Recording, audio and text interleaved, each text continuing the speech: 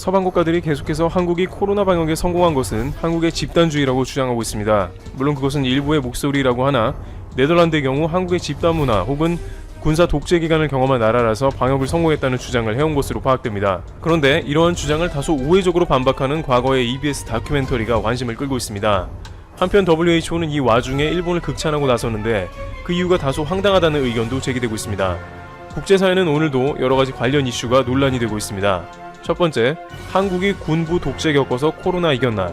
네덜란드의 매체는 한국이 코로나 방역을 잘한 이유가 군부 시절을 겪었기 때문이라고 평가절하했습니다. 독일도 공영방송인 도이치벨레에서 강경화 장관을 초대해놓고 동선 추적에 관해서 끊임없이 질문을 했는데 다소 결례였을 뿐만 아니라 한국이 방역 성공한 것은 개인의 권리를 훼손한 집단 문화가 있다는 취지도 어느 정도 포함되어 질문을 던졌습니다. 독일 매체 R&D도 3월 31일 기사에서 한국 등 동아시아 국가에서 코로나19 사태 속에 마스크를 잘 착용한 것과 관련 유교가 중국과 한국 등에서 수백 년간 국교적인 특성을 갖고 있다면서 개인이 집단의 필요에 종속되어 있다고 분석했습니다. 이에 관해서 네티즌은 과거 EBS 다큐 프라임의 동과 서라는 프로그램을 상기하며 동서양의 문화 차이는 분명히 있는데 사진을 보더라도 서양은 자신 얼굴을 중심으로 촬영하는 반면에 동양에서는 배경과 어우러지는 형태를 띄었다는 것입니다. 이러한 영향을 봤을 때 서양은 개인주의가 인정을 받고 동양에서는 남을 배려하는 이타주의가 사회적으로 인정을 받는 모습이 많이 나온다는 것입니다. 둘 중에 무엇이 더 우월하다고 할 수는 없습니다만 이번 코로나 사태에 이타적인 문화가 배어있는 동양이 좀 더 유리하다는 것이죠. 사회 구성원 모두를 위해 집에 머물러야 한다는 생각이 동양에서 좀 더 강할 수 있습니다. 실제 미국의 경우 봉쇄를 풀자마자 수영장 파티를 하며 그간 갇혀있던 울분을 터뜨리기도 했으며 캐나다에서는 공원을 개봉했는데 대부분의 시민들은 마스크 없이 일광욕을 즐기는 모습이 포착되었습니다. 오히려 이러한 팬데믹 상황에서는 이것은 개인주의가 아니라 이기주의로 발전할 수 있는 행동이기도 합니다. 따라서 서방에서 말하는 한국이 집단주의이기 때문에 방역을 잘했다는 것은 편견이고 잘못된 판단입니다. 물론 이것도 근본적으로는 국가에서 방역을 제대로 준비 안 한 경우에는 큰 어려움을 겪게 되는데요. 일본에서 남들에게 민폐를 줘서는 안 된다는 문화가 한국보다 훨씬 더 강하게 자리를 잡고 있음에도 이번 상황에 큰 어려움을 겪고 있었습니다. 그러나 놀랍게도 아베 총리는 일본의 방역 성공을 알립니다. 두 번째, WHO 일본 극찬 방역 성공했다. WHO 총장 거브레 여수스는 다시 한번 일본을 극찬했는데 이번에는 일본이 성공적인 방역을 하고 있다고 말했습니다. 이것은 일본이 비상사태 봉쇄를 해제한 시점에 동시에 나온 것이라 WHO와 합을 맞춘 것처럼 나온 것인데요. WHO 총장은 25일 브리핑에서 일본에서 확진자가 대폭 줄어든 것을 예로 들며 일본이 방역에 성공적으로 잘 가고 있다는 취지의 발언을 했습니다. 그러나 이러한 발언은 실상과 매우 다른 것을 알 수 있습니다. 왜냐하면 일본은 일본 정부가 세운 기준조차 지키지 못하면서 긴급사태를 해제해버리기 때문인데요. 홋카이도가 이번 긴급사태 해제에 포함되었으나 인구 10만 명당 확진자 0.7명으로 일본 정부 기준인 0.5명에 못 미치고 있습니다. 그럼에도 불구하고 일본은 긴급사태를 해제해버린 것입니다. 아베 총리는 이 기준에 대해서 세계적으로 아주 높은 기준을 설정했고 전국에서 이를 달성했다고 했으며 일본의 코로나 대응은 세계적 모델이고 일본의 힘을 보여줬다는 메시지를 전했는데 이 자체가 다소 억지인 게 아니냐는 것입니다. 여기에 미국이 WHO 분담금을 중국 수준만큼만 내겠다는 으름장을 WHO에 놓으면서 다급해진 WHO가 지난 크루즈 사태 때에도 1,000만 달러의 후원금을 지불했던 일본을 다시 한번 극찬한 게 아니냐는 말도 나옵니다. 미국에서 분담금이 들어오지 않으면 기타 주요국들이 더 많이 내줘야 하기 때문이죠.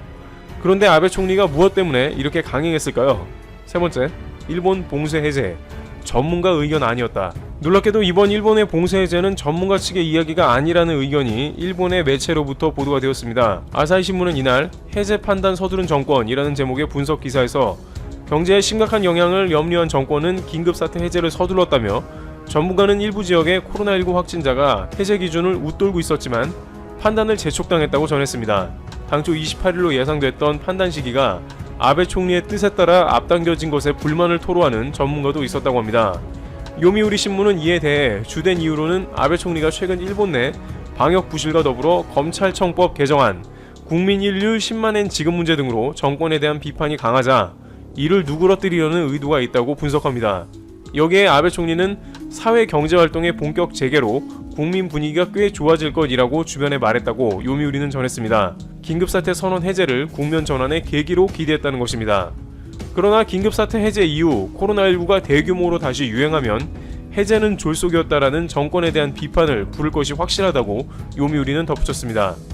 또한 일본은 현재 한국의 PCR 진단키트 등에 대한 수입 협력이 원활하지 않는 등 PCR 검사율이 매우 떨어지는 가운데 이러한 조치가 나오는 것은 무리라는 의견이 압도적입니다. 결국 아베 총리는 다가오는 여름을 맞아 바이러스가 다소 약해지지 않을까 하는 기대 가운데 일종의 무리한 베팅을 한 게 아니냐는 우려도 주고 있습니다. 여기에 아베 총리가 코로나 치료제라고 명명한 아비간도 결국 5월을 넘어가 버리는 등 우려 가운데 일본은 봉쇄를 해제하면서 본격적으로 다시 도시가 가동됩니다. 도쿄에서는 많은 시민들이 출근해서 좋기는 하나 여전히 불안하다는 반응 가운데 일상으로 돌아갔습니다. 아베 총리가 원하는 만큼 방역 성과를 내고 일본이 평소 체제로 돌아갈 수 있을지 귀추가 주목됩니다. 트럼프의 G11 확대 방침이 일본을 뒤집어 놓았습니다. 일본은 미국, 캐나다, 프랑스, 영국, 독일, 이탈리아, 일본 등 7개국의 G7이면 충분하다는 것입니다. 모든 세계 문제를 우리끼리 해도 된다는 거죠. 러시아는 끼워져도 한국은 죽어도 안 된다고 하다 보니 매일 말도 안 되는 논리가 나옵니다. 여기에 러시아, 호주, 인도, 한국을 합쳐서 G11 체제로, 여기에 브라질까지 더해 G12 체제로 새로운 정상회의 신체제를 만들려는 트럼프에게 강력한 이의를 제기하는 것입니다. 다 좋은데 한국은 빼자는 거죠. 오늘도 말도 안 되는 엉뚱한 말 퍼레이드를 펼치는 일본 내 여론을 소개합니다. 일본은 만약에 한국이 참가하게 되면 완전히 주도권을 잃게 될 것이기 때문에 심각하게 받아들이고 있습니다.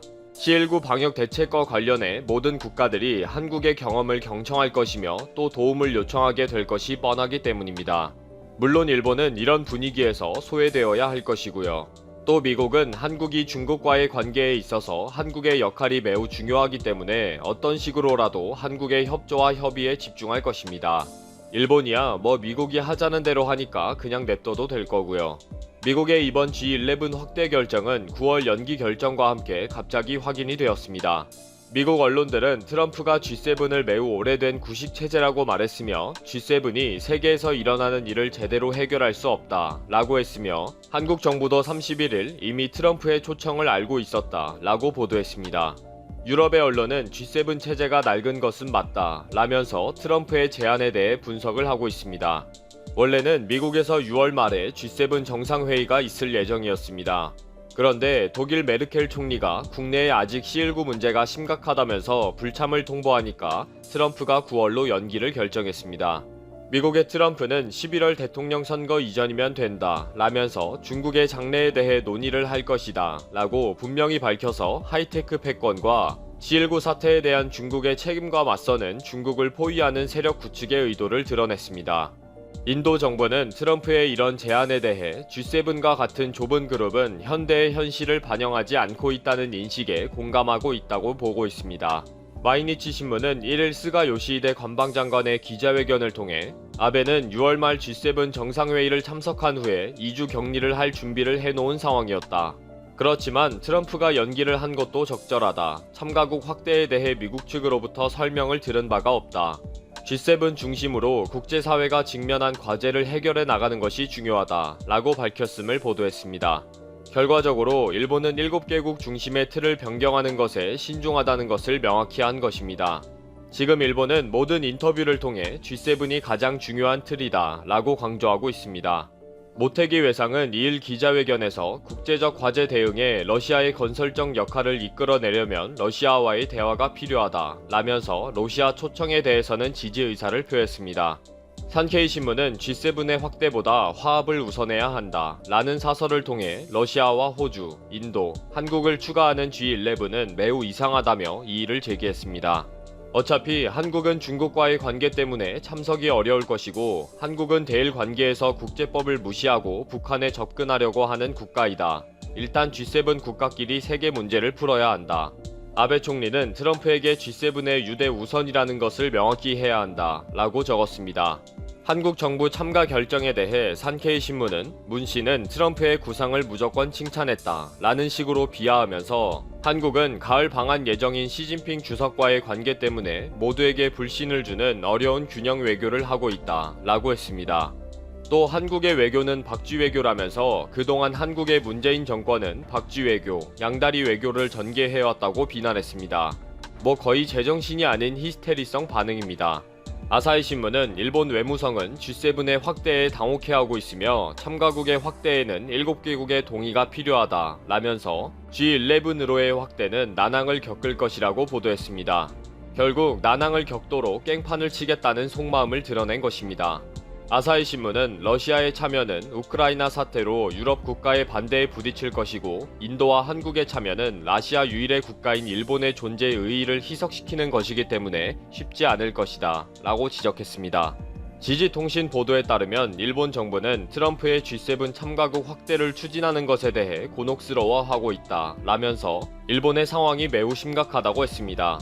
일본 정부는 이름이 거론된 국가 중에 한국은 중국과 경제적 유대가 강하고 중국 포위망의 보조를 갖추지 못할 것이기 때문에 합류가 어려울 것으로 보고 있다. 의장국인 미국이 옵저버로 특정 국가를 초대하는 것은 가능하다. 그렇지만 새 멤버로 부르는 것은 실현이 어렵다. 라고 외무성 관계자가 말했다고 보도했습니다. 다른 바쁜 일도 많은 일본이지만 지금은 한국은 절대 안 된다는 히스테리성 증세에 사로잡혀 있습니다. 9월까지 일본은 모든 수단을 동원해서라도 한국만은 절대 안 된다는 억지를 부릴 것입니다. 한국이 스포트라이트를 받고 아시아의 중심 국가가 되는 것은 절대 반대라는 거죠. 일본에서 연일 쏟아지고 있는 신경질적인 반응은 개그 콘서트 그 자체입니다.